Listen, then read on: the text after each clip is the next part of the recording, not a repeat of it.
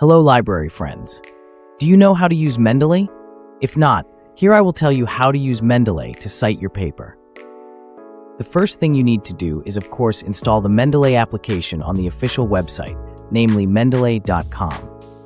This Mendeley app is available for Microsoft, Linux, and macOS.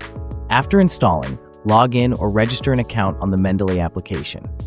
After successfully logging in, you can immediately enter the reference you want to cite. How to insert references can be done by directly dragging the PDF or inserting it manually.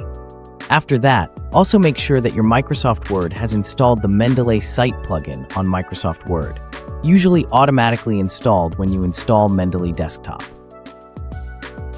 After everything is installed and all references are entered, then you can immediately add citations to the document by opening Word, then selecting the References tab, then selecting Insert Citation. After that, select the references that you have entered into the Mendeley earlier.